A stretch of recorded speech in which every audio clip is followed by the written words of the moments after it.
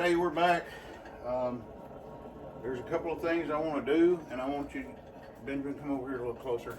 I want to show one of the ways I use the vise. Now this is the preform is pretty well done. All I've done is did just a little bit more filing and straighten up the edge and got some little waves and looked down it and more or less just did some eyeballing and truing it up.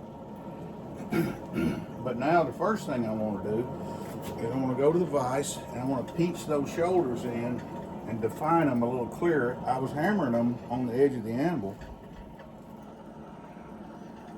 but it makes sense that these two jaw vices are square and even, and what I might get off in hammering, the vise will correct. We just take a little bit more bite and it'll correct it up, smooth it right back up. So that's kind of what I've got going here. I'm getting it hot in that area, and I'm just going to simply squeeze it in the vise. So I'm just going to reach up here like that on that angle and put some pressure on it. And let's look at it. Most of the time, one squeeze is not enough. But you can see that it is happening, and you can actually see the track of the jaw face right there, that shadowy area. Of course, a lot of that's because it sucked the heat out. But I'm establishing a blade thickness, suddenly dropping to the blade thickness and then out. And that being on an angle makes a stronger transition. So that's not bad. That's not bad at all. Another thing, when you are grinding up here, if that's too thick right here, the grind's gonna come out the top, and it looks ugly, or it don't look as good. So I think that's okay. I think that's gonna be okay. What I may do is back bevel it just a tiny bit more with a hammer, and that's all I gotta do. But while I'm here at the vise, and while Benjamin's in place with the camera,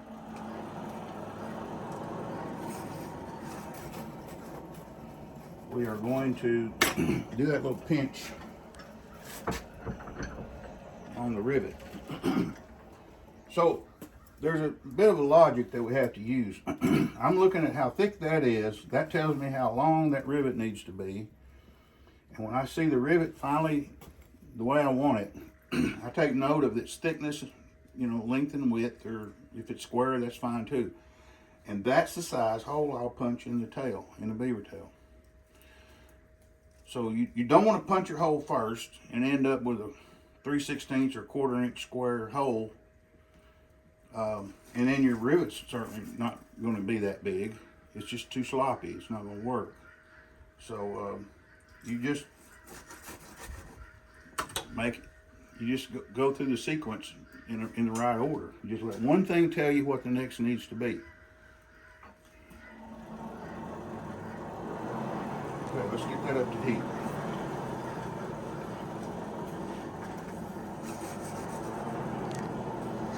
So I have to be prepared on how to pull that. Get all this stuff out of the way. And I'm putting the rivet, what will be the rivet, down into the fire toward the blast. Okay, right here, Ben. So we're going to reach down in the vise and pinch.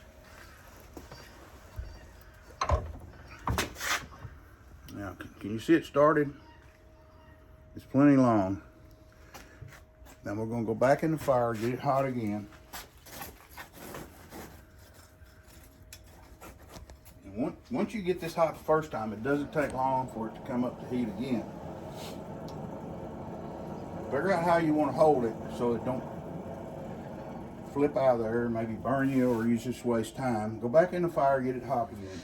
For that vise to work, we're using the vise kind of like a screw press. And you can use a screw press, or you can use it a different way altogether. But I'm just I'm going to that spot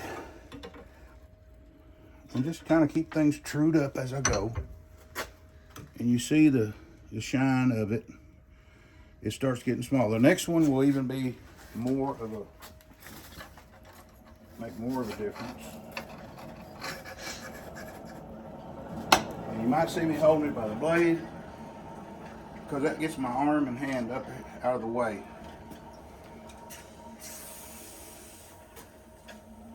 And once you start making some of these things, it'll come to you. You'll just, you'll realize that you'll need a particular pair of tongs or hold it a certain way, whatever. You'll know. Okay. And at this point, I know that. Let me get that hot again and squeeze it like that one more time. I didn't have the leverage I needed.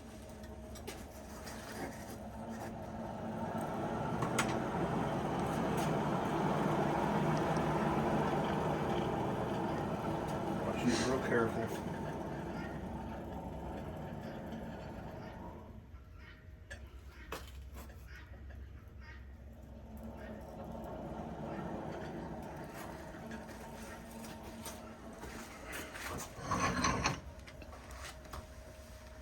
Yeah, that's better.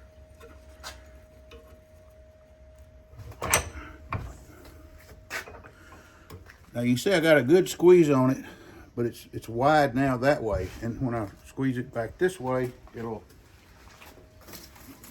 it may be right. It may be what I need. But I got it plenty hot and I put a good squeeze on it that time. You can see the response. It will respond when it's hot enough, it'll respond.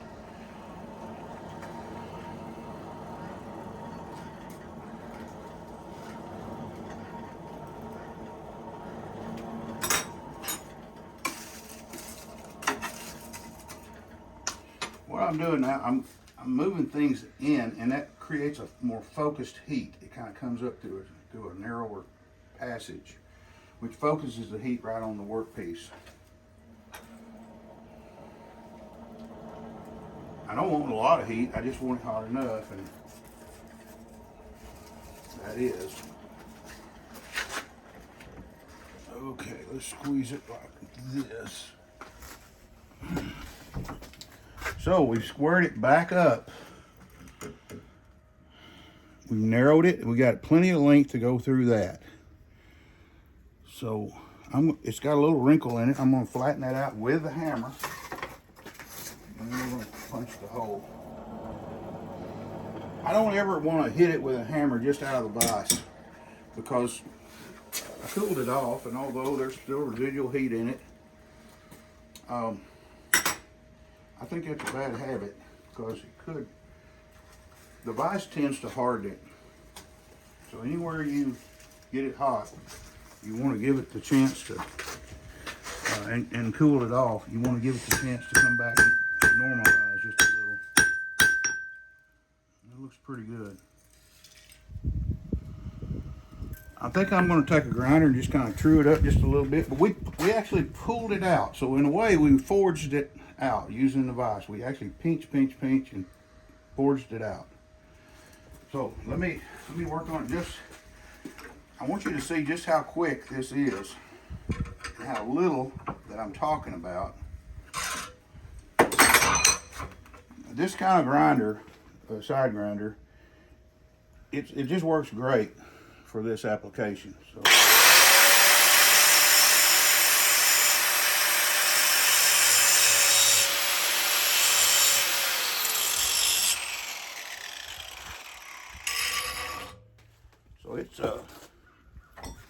it's got plenty of material length and everything. So all I really need to do is just punch a small hole, and then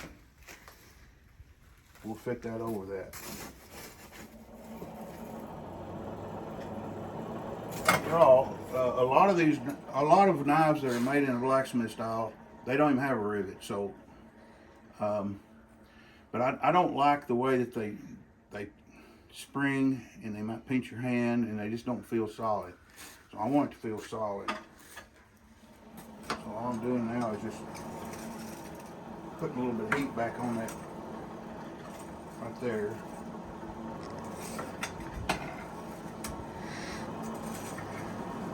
So I've got me a punch. Benjamin, you're gonna probably have to go on the other side now. I've got me a punch ready. And it's nothing more than just a homemade, I think it's made out of 5160 spring stock, round stock. And I've just got it indexed so that it's kind of rectangular. I can kind of feel with my hands which way it is in my hand. If it was completely smooth around, I'd have to actually look at it to know. And that having it indexed saves me time. So I lay it the way I want it. And while this may seem awkward, I don't know how I can do this exactly, but I may have to. Now, let's see. David, you can probably hold this while I punch it. You think you can do it? Yeah. Okay. I'll hand it to you. I'll tell you everything to do. No problem. We're doing this kind of off the cuff, so don't be surprised. This is what I'm looking for. It's a piece of wood.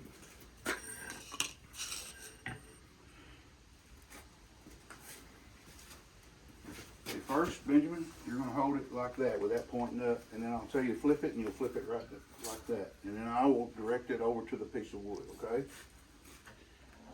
I'm going to hand you this with which hand? Okay, your off hand.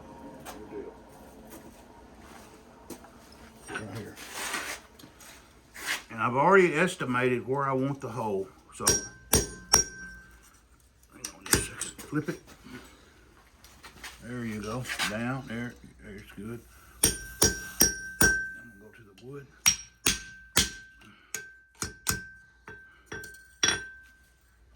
Now let's look and see. We may have to enlarge it just a little. Actually, the slug didn't come out, so we'll push that slug out here in just a second.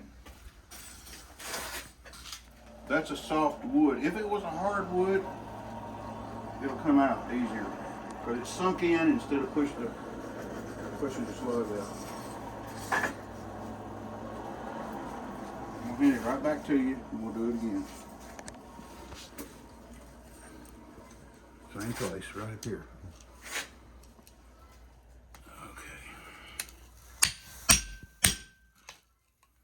Okay, let's look at it.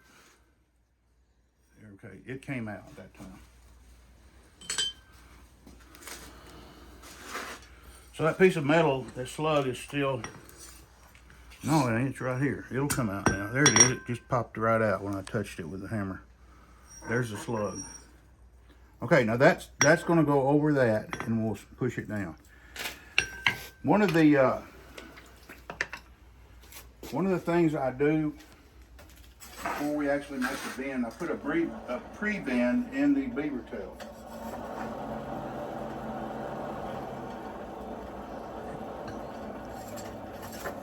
Show you how to do that. Pull some coal out of it.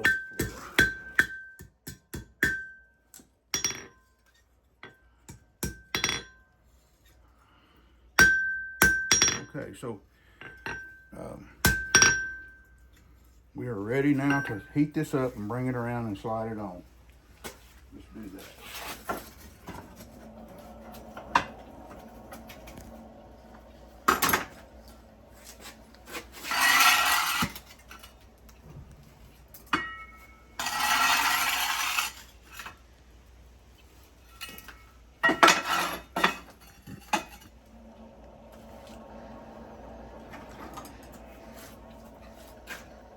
I've got a little tool over here, it's called a monkey tool, that I may resort to in a minute, but I just want to get it around and get it started on.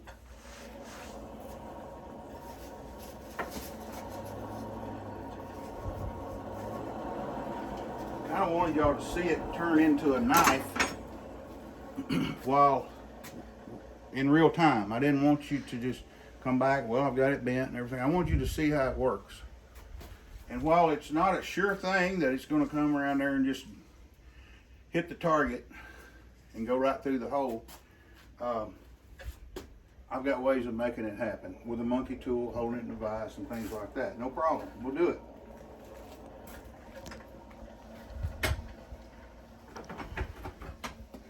One of the things you're going to want to do is have a pretty good purchase on the blade, because you're actually going to be putting a little bit of leverage on that tail.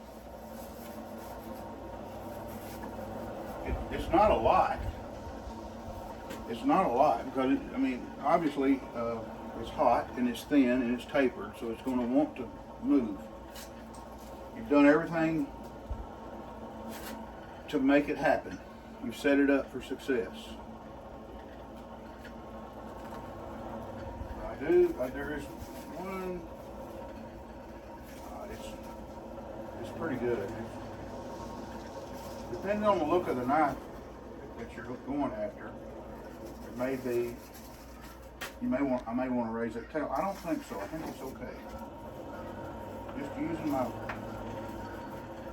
eyeball. I think we're okay. Come on here. There we go. So I want that fairly hot, but only because I want to have a little bit of time. It don't need to be very hot to bend. I just need the time.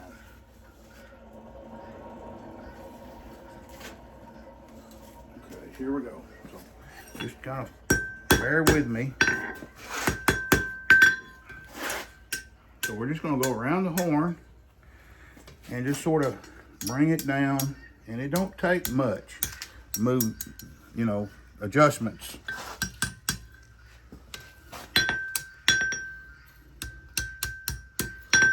Now you can see that it's trying to go on. You can see it right through the hole there. So we'll take that monkey tool and we'll force that down over it. So we'll take, it's got a hole in that tool. Let me show you. So we'll take that and we'll drive that, and that stem, if it comes out past it, it'll come up into that hole, and we'll just be putting pressure on the outside. But I want you to take note, this has to be hot. If that's not hot, and that's the only part hot, it'll go on, but it'll pop right back off because this is a spring then. It's solid. So we're flexing it and it pops up. I want it to bend and stay. We'll come back to the vise, and I'll make sure you know how to hold it in the vise. This is where I change tongs. Those tongs have served their purpose. Now I want a set of tongs that will let the piece move around almost freely. I want it to be so free that it hits me in the hand and burns me, but I want it to be where I can turn loose of it and get away from it quick. So again, that's the logic behind changing the tongs. Okay, monkey tool. I have to have a different hammer. I need a smaller hammer. And I have this one. And by the way, this is so small, it's almost, you think, well, what's the use of having a hammer that small? Well, the smaller the hammer, the lighter and the less in depth that the blow is driven. I only want to work on a small area, small depth, so I'm using a small hammer. If I go to, say, this hammer, the blow and all the energy goes deeper, and I'll probably collapse. I'll collapse the piece, and I don't want to do that. So that's why I use a small hammer. Hey, notice where I put it in the vise. And while it is crooked, the handle's crooked, that is, I'm not pinching it on the handle.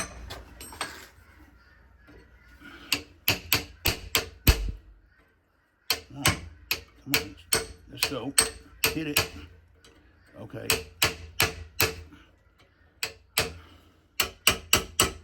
So some of that cooled off a little bit. Look right here. You'll see it kind of peeking through, but it needs to go just a little bit farther.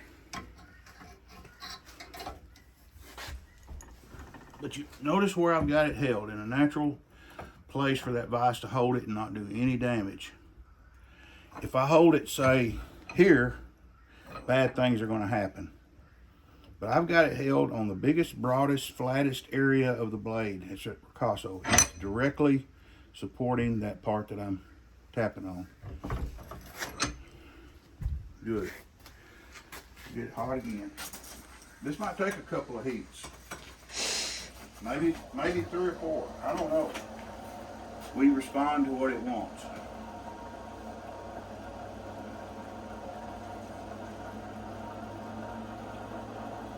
And the faster that I can go from the fire at the right heat over here and get it clamped down, the easier this will be.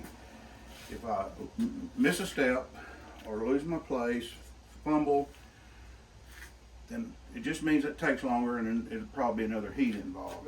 That's okay. You don't want to get so frustrated that you or panic and you start reaching for things and hitting when it's not hot enough. That's not productive. It won't work.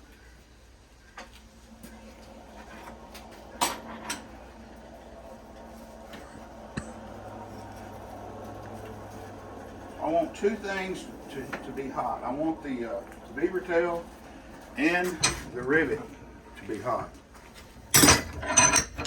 Now let's get that in there and get that on there.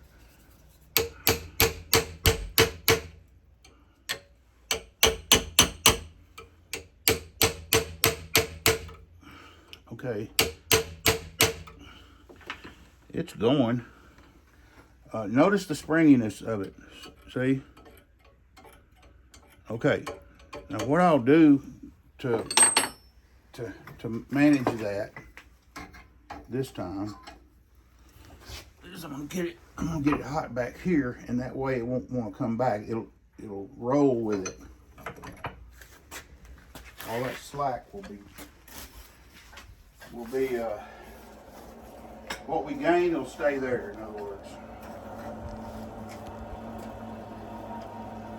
I'm going to get that hot by turning the piece over in the fire. The fire is pretty small, which is good. That way I can get in there with it without burning myself.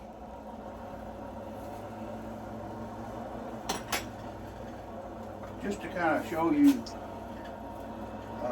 how I can take up that slack, I'm going to come over to the anvil just for a second.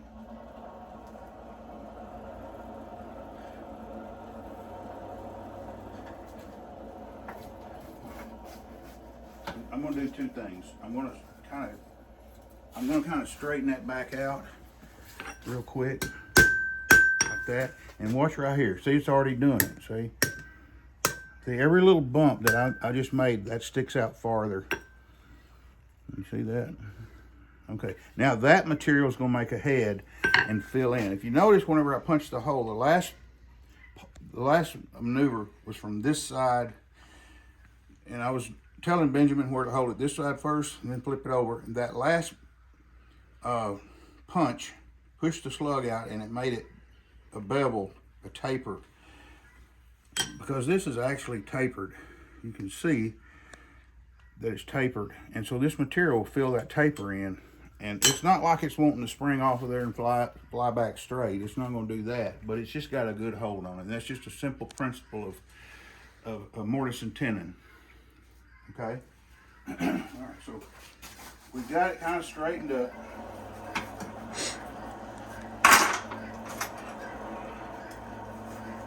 Now we're just going to get that hot. And again, I'm using this small hammer, using the ball peen, because that's a curve. That beaver tail is on a curve, so I'm just getting in there and just going to lightly peck it and just bring it down. If I use that big hammer, it's going to sink too far deep, and I just want to work on the very top of it to form a head and let it just broaden out like a mushroom and come down.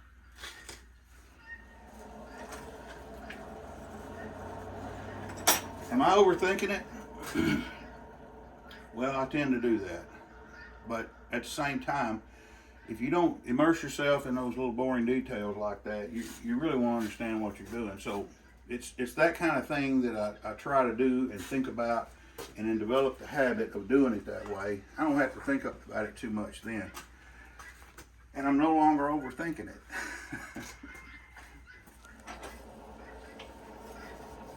Okay, here we go. So I'm just actually passing it through the jaw of the vise. And while that's hot, I'm just gonna come in here and start pecking. And I'm steadying myself with my other hand.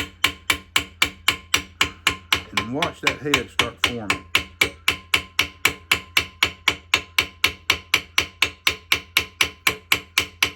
It'll actually fill that in and pull the beaver tail down. I can tell when it starts ringing. It's done. It's cooled off. So there's a couple things I want to look at. All right, I still have to set it. There's a little bit of gap between the shoulder. I can hot set that, and I want to bring this up just a little bit because I want that to match this curve. I want this to match that curve, so that it's kind of running off this way too much. It needs to come back. So I'll do those two things if I can in one heat. Let's see what happens. But it's starting to look like a knife. Can you see where we're going with it? It's starting to look real good. It's proportionate. You can skin a elk or deer or clean your fingernails or whatever you want to. This knife will work. So I'm going to have to hold it in two places now, because I'm going to first bend that beaver tail just a little bit, and come over here close, and I'm going to do it. I'm going to see if I can do it to where you can actually see it happen. But if I don't get it hot, I'm actually putting pressure back on that rivet head. So if I don't get it hot enough, I guess it could pop off. I don't have that happen very much at all. But listen, I got a good grip now, and so let's just do this. Now I'm leveraging it against the rivet actually, so we're about there. So now I'm going to seat the whole business down by putting it in the vise and striking a round bar, and it focuses the blow right on that head, and it'll sink underneath here, sink it right into the shoulder. And then it's just a simple matter of straightening things out. Just fine tuning any flat spots that I see that I don't like. It's easy to fix over either the horn of the anvil or a bick. A bick is a miniature horn that you put in your hardy hole. Okay, we're going to sink that down now and then take a look at it. But let's get that. I want that.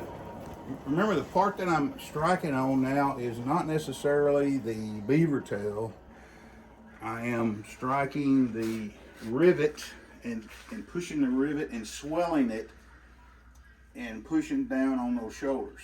So if the rivet's not hot and the standoff is not hot, then I'm not doing what I'm not getting anywhere. I'm not going to get anywhere with it. And I don't want to use a big hammer again. I don't want to use a big hammer. There's no need in crushing it or bending things out of shape.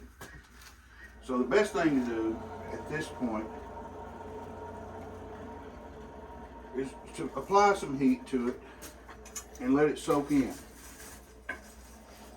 If I apply too much heat, the thinner parts are going to get overheated, and the part that I want hot won't get hot.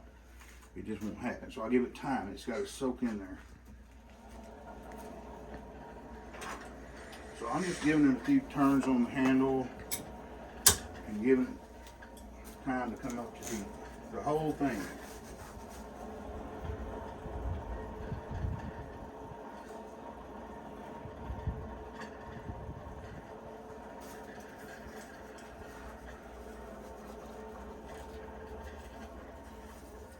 let's look at it.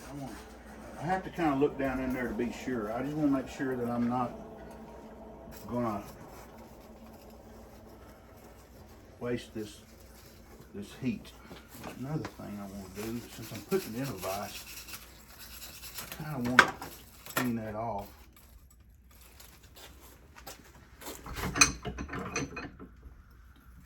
Okay, now I'm going to use a bigger part, put it right on there and strike it. Now a good sharp blow is what it takes, because remember, it's a light hammer. And any truing up, straightening while it's still hot, that's the time to do it.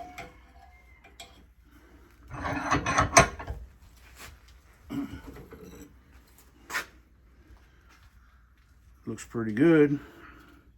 Now what I'll do, I'm just going to come right out of the vise and show you what I got.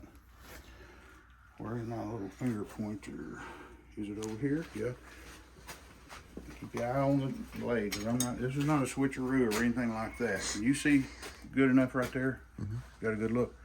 Okay, I see a little bump right there. And what I'll do is take a chainsaw file and I'll come in there and I'll round that up and just true that up. And in this little flat spot, I'll do the same to it. And you'd be surprised. Also, there's a flat spot right here I mentioned earlier. And there's kind of a peak right there. Now, while all this seems trivial and small, it makes a difference. So that's the kind of detail that I'm talking about going to. So I'll do one heat cycle, let this cool off, and then I'll do all my filing and continue with my normalizing and heat cycles to shrink the grain. So, and I'll also take a picture of this when it's finished, because I want you to see it. So, anyway, I really hope that you've enjoyed seeing this knife come to be. In that series of short videos, you've seen me start, and I explained why I use that size stock. And if you want to make them smaller, you can make them smaller, and I told you how to do that. Just go back and watch that video. But Ben, I appreciate you videoing for me. We're going to see where this goes, but you're welcome to come back and watch the next ones, and we'll come up with a plan, and we'll make some more videos. But thanks for joining us. Like and subscribe, and we'll be back. Thanks.